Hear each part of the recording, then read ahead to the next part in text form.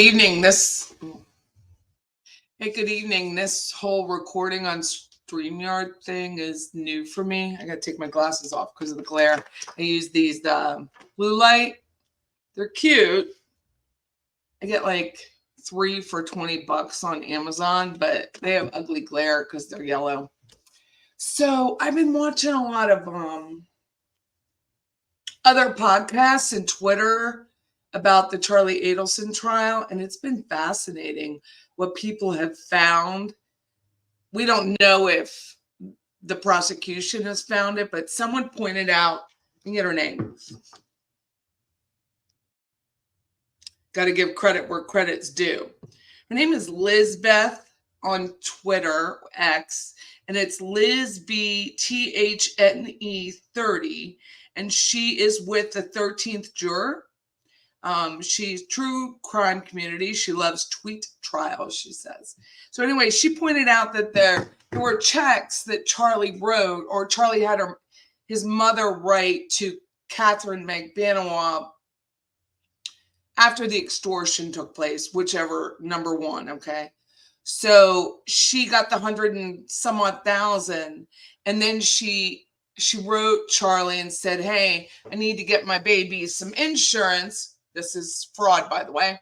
So could you put me on the payroll? So Charlie goes to Donna Adelson, his mother, and she was the office manager. And she's like, sure, again, insurance fraud. So if something happens with this trial, the IRS and insurance people need to come in. Anyway, there were 3 checks written that Lizbeth noticed, and they were all different signatures. I don't know how to use this well to be able to point out another picture, but I'm going to learn. I was like, dude, can't be doing that, right? Who wrote the checks? Then Justice for Dan came out with something on Facebook and then on X / Twitter, and mentioning that Charlie's done this extortion thing before. Something about a fake eviction, trying to get rid of someone. I don't know. The man's dirty. You just have to say a prayer for the family. I don't want them to have to sit through another one and make it number 4, because they will. They will. And I hope you buy Miss Markel's book. I haven't read it yet. I might wait. I've been working all day. I don't even have a lot of makeup on. Look at me. I did get my haircut. Where is it? Over here? Just my neck shaved. Because it's kind of been like all consuming. I bless my business partner, Scott, for letting me hang out at the courthouse and learn a lot. I don't know. I think Charlie's smug, which I think, most criminals are going to be smug. But who does that? I was talking to my son about it earlier, and he remembered it. So he's 30. So he would have been like 21. And he remembered what had happened as well. And he's like, how much do you have to hate somebody? So, dude, I don't even know. I don't even know how much you have to hate someone. I can't even imagine how much you have to hate someone. So I went back. What's his name? It's the mentor lawyer. Let me make sure I have it right. It's MENTOUR lawyer. Deep dive. Yeah, that's what it is. He's on YouTube. And he's a local, I think he's a local attorney. I saw him in the courthouse. I saw him in the gallery. And I didn't know who he was, but other people did. Because I didn't watch a lot of podcasts. I always listen when I'm in the car. We have one, so I always listen to myself. I always tease. I love the sound of my own voice. And he had Chicky Poo Wendy's interrogation. 4 hours. I don't think I can listen to 4 hours. I really don't. But what I did find, I'm sorry, I have like a stuffed, which is the other reason I didn't go on Friday, because I was like, this isn't a good idea when everyone else is trying to behave themselves. What is it? Oh, okay. So Wendi. So her So he is shot. She drives up Centerville Road, which again, I don't know how to do extra images, but she is about, I guess, 7 miles, maybe a little bit more on her rental in Aqua Ridge. It's an offside subdivision from Kelowna Estates. It's a newer section, okay? So she lives about 7, 8 miles, and she was headed to Mosaic, which again is about 7 miles back up north, for lunch, and it was supposed to be around 1 o'clock. So she drives down Centerville because she's going to go fill the bar with, she calls it bourbon in her interrogation, but it's rye. It was a green label, Bullet, Bulleit, which is from Bullet, Kentucky, and it's actually a very good bourbon, you know. So she, within 24 minutes, this is what this gal says, and I'm going to link her podcast from the Mentor Lawyer Deep Dive. So I'm going to link it so you can watch her interrogation if you choose. And I'm sorry I'm saying but I'm trying to get my thoughts together. I really try not to at all. So in 24 minutes, this is what Wendi mentions. Driving down Truscott.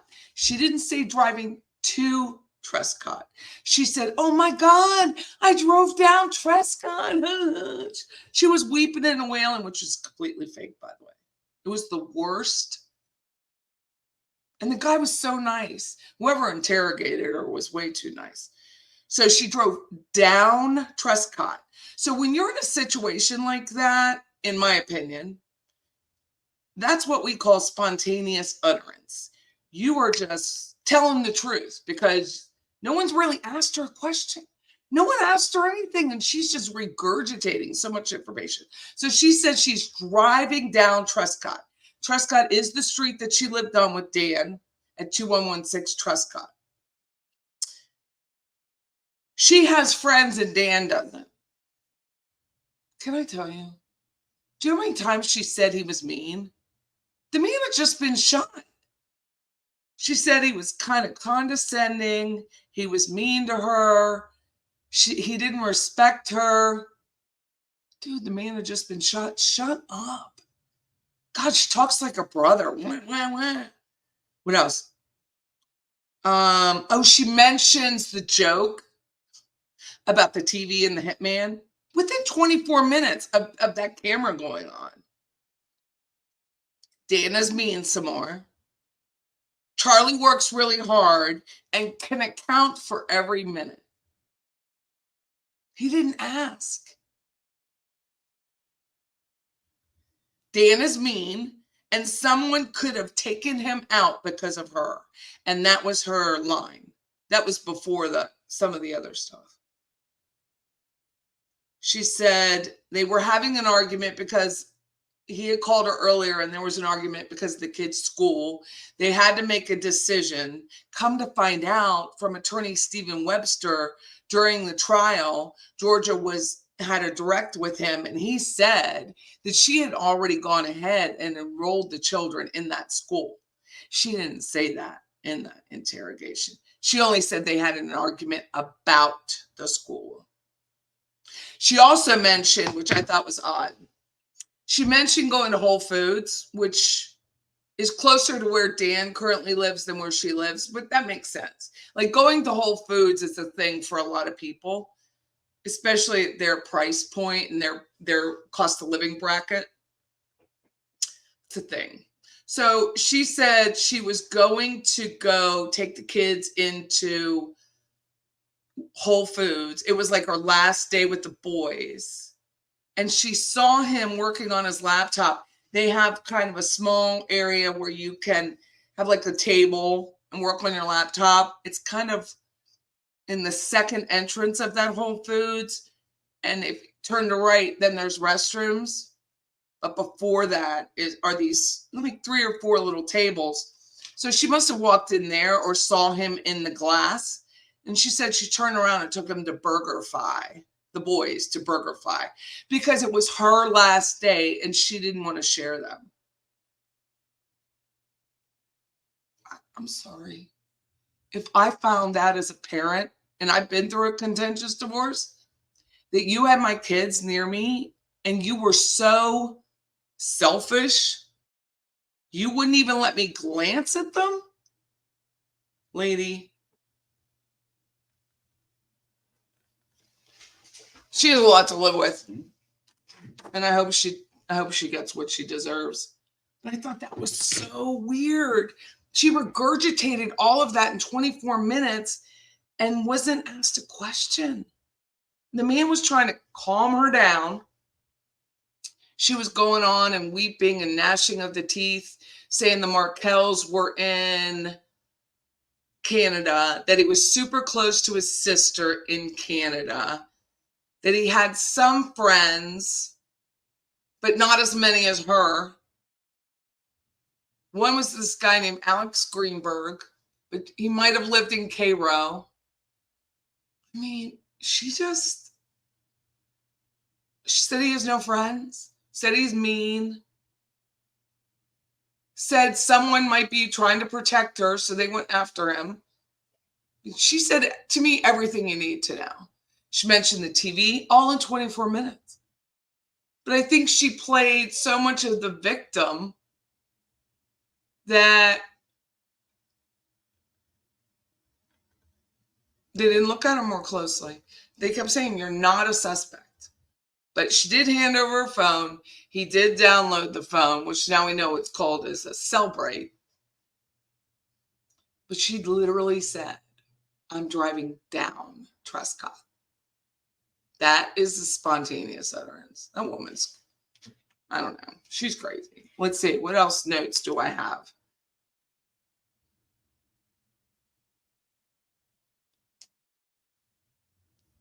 I think that's it. So Monday, I hope to go to the closing arguments. I don't know if I'll be able to. I don't know if I could sit still. It's really hard. It is hard because you're in there, right? And then the judge makes his announcements that people have been moving or nodding. And I think it's hard as a human not to just nod, not in necessarily agreement, but just you're kind of rocking your head back and forth, right? But the one reason I really want to go is I want to see which jurors are out. The alternates, I hope, are gone, including that guy at the end. Thank God he's at the end. I really believe he's the alternate. The rest are women, majority women, I believe, right? So couple of the guys kind of look alike, like they're techie looking guys, kind of like slightly overweight with beards, kind of balding. I don't think they're buying what he's selling. I definitely don't believe the women are buying what he's selling. But I don't think those tech guys are either. I don't know that they're tech guys. They just kind of look like it. So it's stereotyping. I'm very sorry. But I'm in tech. I sell real estate, but I went back to school for cybersecurity. So all of that, what they were doing was so fascinating, tracking the phone calls, the locations, the GPS. Oh, that's one thing I learned. If you're trying to commit a crime, use T-Mobile. They don't offer the police as much information as AT&T and the others do. It's like, oh my God. But their towers are cheap. I mean, it's a cheaper program, so that kind of makes sense. What else? What else is so there? I think that's it. But it's Saturday. It's been pretty quiet. I think FSU's winning. I've been not stuck here, but I've been working all day so that if I want to go to the trial on Friday, I can. I expect to get it. I always say I expect to get a parking ticket down there because there's not a lot of parking. So I park on the street and use the park. It has an app. You can't really put, which is a blessing, right? You can't put money into the parking meter anymore. So you have to use an app. And I was wondering the other day, I was like, what do these 70-year-olds do if they don't have a phone?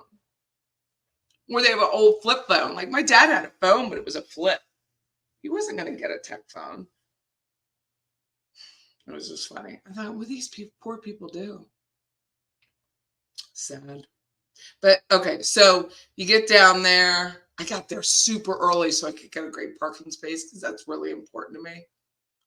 And set the meter on the app, and then you can't really like add time to it because it has a time limit, so you have to let it expire and hope you don't get caught. And once you get, so I was like, if I get a ticket, I get a ticket, it'll be fine. Like, I'm not really worried about it. But when I walk out and I don't have a ticket, I'm like, booyah, booyah, booyah. But everyone's super nice. Like, all the deputies, they're very informative. They're like, don't bring a drink in. But what do people do? They bring drinks in. They're like, only water bottles. People got coffee. They got straws moving around, Mento cups. Like, oh my goodness. Like, shh. Like, think of it as a lot. Like, to me, there shouldn't be any noise. But I'm like, I hear, because I'm auditory, I hear noise in a different way than I think people do. And so they would start, like, say 8:45. He'll welcome the jury back. Say, hope you had a great weekend. By the way, y'all behaved. 3 of you are out. We just have to hope and pray it's the 3 we want. Not 3 we want, just the 1 we want. And I wonder what that would be like. You're sitting on a jury. It's a lot shorter trial than I think they presumed it would be. Lord knows, more than the witnesses that she subpoenaed. Like, she had a ton of witnesses subpoenaed. Some people said that that's like, I like the art of war, that way they didn't really know who she was going to call. But I think the other thing is you do it so that you don't have, I like that. So you don't have, they can't talk to each other. Like, there's a rule. Like, once you get a subpoena, you're not really talking to people. I'm trying to figure out what I like. That's fine. So that'll happen, and he'll thank them for their service. Bless their hearts. It's a lot. I mean, you got to leave your job. If I were self-employed at the time and didn't have a team or people to help me, I don't know what I would have done if it were me. Not again. I was on one once, but it was a DUI. And I was sick. There was an attorney sitting next to me. His last name's Rambana. He does immigration. So we knew he was out. Like, as soon as they figured out he was an attorney, he was out. So they asked a question, the defense attorney did.